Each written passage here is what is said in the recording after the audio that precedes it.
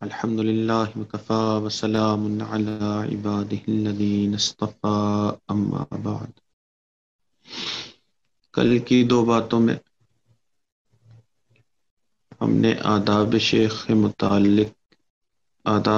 سے متعلق ایک ادب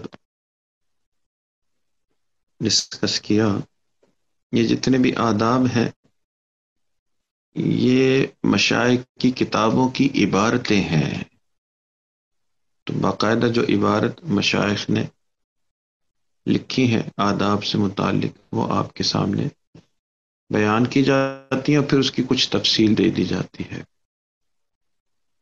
تو کل کے بیان میں جو ادب بیان کیا گیا وہ یہ تھا کہ سالک جو ہے وہ شیخ سے کرامات کا طالب نہ ہو،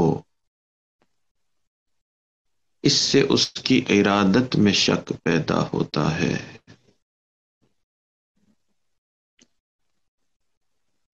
آج مشائخ کی کتب میں لکھا ہوا شیخ سے متعلق ایک اور ادب، اور وہ یہ کہ جو مرید پر حق ہے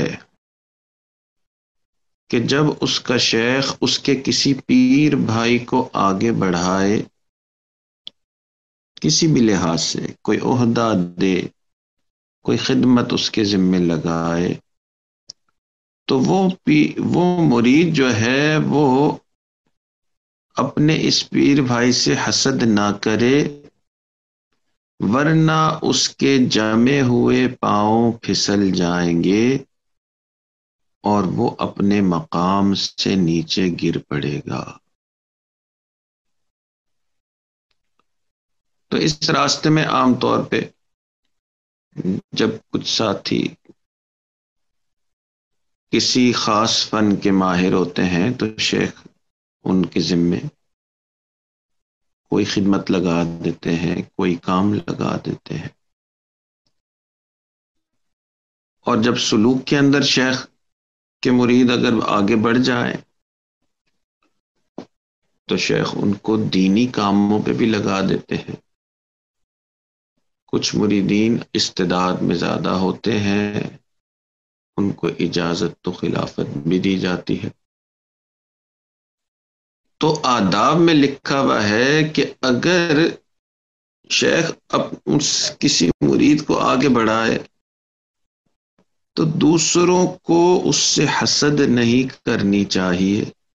ورنہ جس مقام پہ وہ کھڑے ہیں اس سے بھی نیچے آ جائیں گے۔ اور در حقیقت اس طریقت سے جو سیکھنے والی چیز ہے وہ ہے ہی یہی کہ انسان دوسروں کے سے حسد نہ کرے بلکہ دوسروں کی خیر خواہی چاہیے۔ سب سے کامیاب مرید ہے ہی وہی جو اپنے سارے جو پیر بھائی ہیں ان کے لیے خیر خواہی چاہے، وہ چاہے کہ یہ سب روحانی طور پہ بھی آگے بڑھے اور یہ شیخ سے قریب ہو جائیں۔ تو دنیاوی معاملات میں تو یہ ہوتا ہے کہ جو آفیسز میں کام کرنے والے ہوتے ہیں وہ یہی کرتے ہیں، وہ چاہتے ہیں کہ باس کے قریب میں ہو جاؤں اور باس میرے ذمہ زیادہ کام لگائے، تو ہو سکتا ہے کہ میری ڈیزگنیشن آگے بڑھ جائے اور میری تنخواہ ریز ہو جائے۔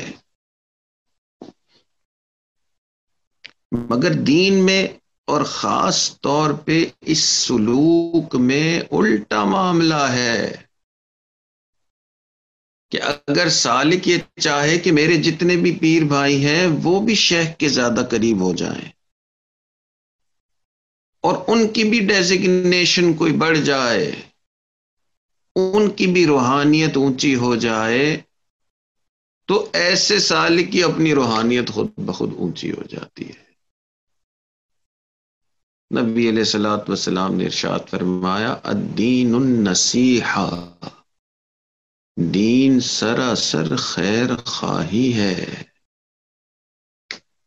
تو اگر خیر خواہی نہیں ہے تو دین ہی نہیں ہے۔ اس لیے نارمل سالک وہ ہے جو نہ اپنے پیر بھائیوں سے حسد کرتا ہے اور نہ ہی ان کی فکر کرتا ہے، مگر اچھا پیر بھائی وہ ہے کہ اپنے پیر بھائیوں سے حسد بھی نہ کرے، مگر ساتھ ساتھ ان کی خیر خواہی اور ان کے آگے بڑھنے کا دل میں شوق اور جذبہ رکھے۔ تو دین میں آگے بڑھنے کے طریقے اور ہیں، اور اس طریقوں میں یہ طریقہ ہے کہ انسان اپنے آپ کو اجاگر نہ کرے، دوسروں کے آگے بڑھنے پہ حسد نہ کرے، بلکہ خود یہ چاہے کہ ہر میرا پیر بھائی، ہر میرا ساتھی آگے بڑھے، شیخ کے بھی قریب ہو، روحانیت میں بھی آگے بڑھے، اللہ سے بھی قریب ہو جائے، تو دل ایسا بن جائے۔ یہی سلوک کا مقصد ہے، دوسروں کو فائدہ پہنچانے والا دل بن جائے۔ نبی علیہ الصلوۃ والسلام نے فرمایا خیر الناس من ينفع الناس، لوگوں میں سب سے زیادہ بہترین شخص وہ ہے جو دوسرے لوگوں کو فائدہ پہنچاتا ہے۔ تو سالک بھی بہترین وہی ہے جو دوسروں کے لیے دل کو کھلا رکھتا ہے، جس کے دل میں یہ چاہت ہے کہ میرا ہر پیر بھائی آگے بڑھ جائے۔ تو اس لیے یہ چیز ادب کے خلاف کہ اگر شیخ کسی کو آگے بڑھائیں تو دل حسد کرے،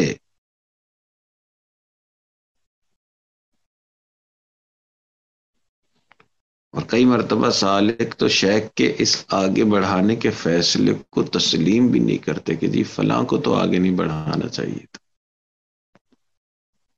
اور یہ تو بالکل دنیا داری ہو گئی۔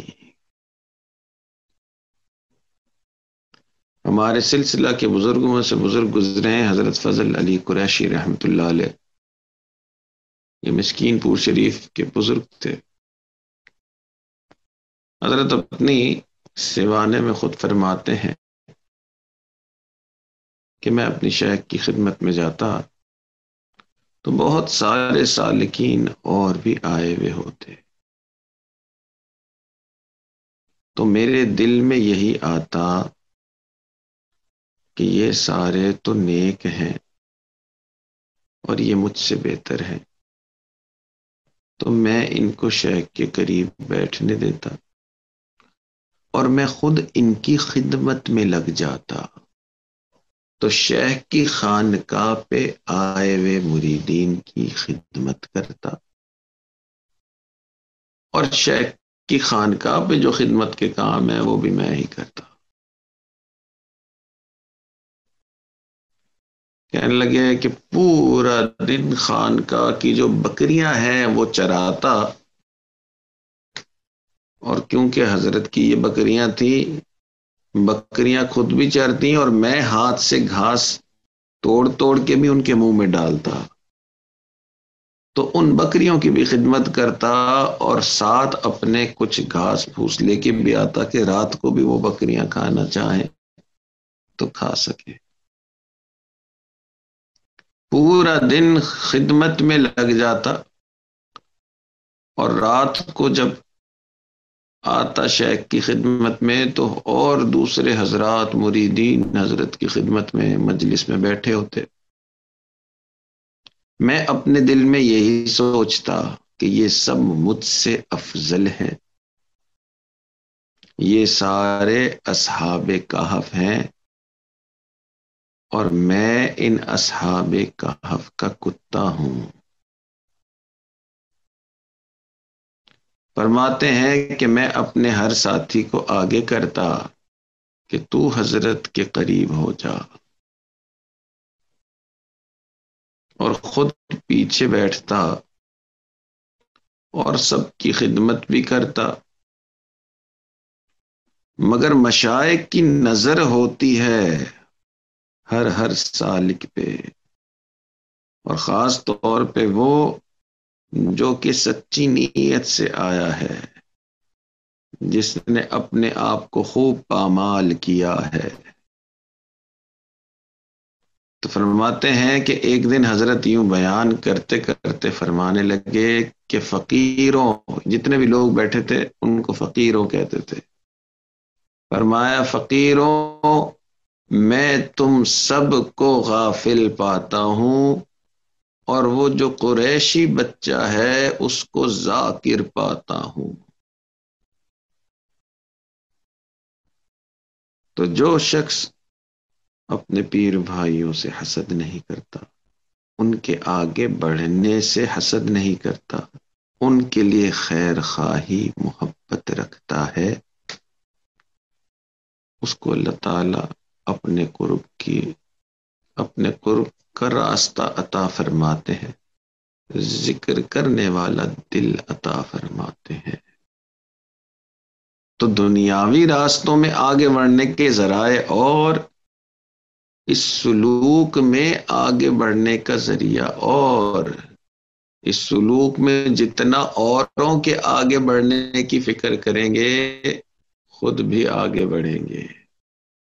اوروں کے آگے بڑھنے میں رکاوٹ بنیں گے، حسد کریں گے تو سب سے پہلے خود ہی آگے بڑھنے سے رک جائیں گے۔ اس لیے آداب میں یہی ہے کہ سالک ہر ایک اپنے پیر بھائی کا خیر خواہ ہو۔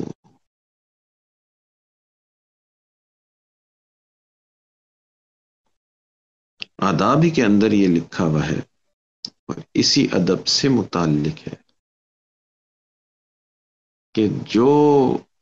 مرید اپنے شیخ یا اپنے پیر بھائیوں سے دل کو روگردانی کرتا ہوا محسوس کرے تو یوں سمجھ لے کہ اللہ تعالی کی بارگاہ سے دھتکارا جا رہا ہے۔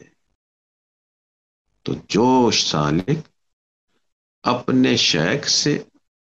یا اپنے پیر بھائیوں سے دل کو روگردانی کرتا ہوا محسوس کرے، یہ سوچے کہ جی بس ان سے میں توڑوں، دل اگر یوں بن جائے تو سمجھ لے کہ اللہ کی بارگاہ سے دھتکارا جا رہا ہے۔ تو جو شیخ کے ساتھ قریبی تعلق رکھے گا، محبت کا تعلق رکھے گا، اپنے پیر بھائیوں سے محبت کا تعلق رکھے گا، وہ اللہ کے یہاں زیادہ مقبول، وہ اس راستے میں زیادہ تیزی سے آگے بڑھے گا، اس راستے کے آداب کا خیال کرنے والا ہو۔ اور جو پیر بھائیوں سے حسد کرے گا اور ہر اس چیز پہ اس کو نکتہ چینی ہوگی کہ جی شیخ اس کو کیوں آگے بڑھاتے ہیں، اس کا سبق کیوں آگے بڑھا، اس کو یہ فلاں ذمہ داری کیوں دی گئی، ایسا سالک جو ہے وہ اپنے مقام سے نیچے گر جائے گا۔ اللہ تعالی ہمیں ان آداب کی رعایت کرنے کی توفیق عطا فرمائے۔ آداب شیخ پہ کیونکہ اتنے آداب لکھے ہوئے ہیں کتابوں میں اور ہر دور میں لکھے گئے ہیں، تو اگلے چند دن بھی ان آداب کے بارے میں گفتگو کی جائے گی اور آپ کے سامنے یہ آداب رکھے جائیں گے۔ اللہ تعالی ہمیں ان کو سمجھنے کی بھی توفیق عطا فرمائے، ان پر عمل کرنے کی بھی توفیق عطا فرمائے۔ آخر دعوانا ان الحمد للہ رب العالمین۔ دعا کر لیجیے۔ الحمدللہ رب العالمین والصلاة والسلام على سید الانبیاء والمرسلین۔ اللهم انا نسألك علما نافعا وعملا متقبلا ولسانا ذاکرا وقلبا خاشعا ورزقا واسعا وشفاء من كل داء، وصلی اللہ تعالی علی حبیبہ سیدنا محمد وعلی آلہ واصحابہ اجمعین برحمتک یا ارحم الراحمین۔ جزاکم اللہ.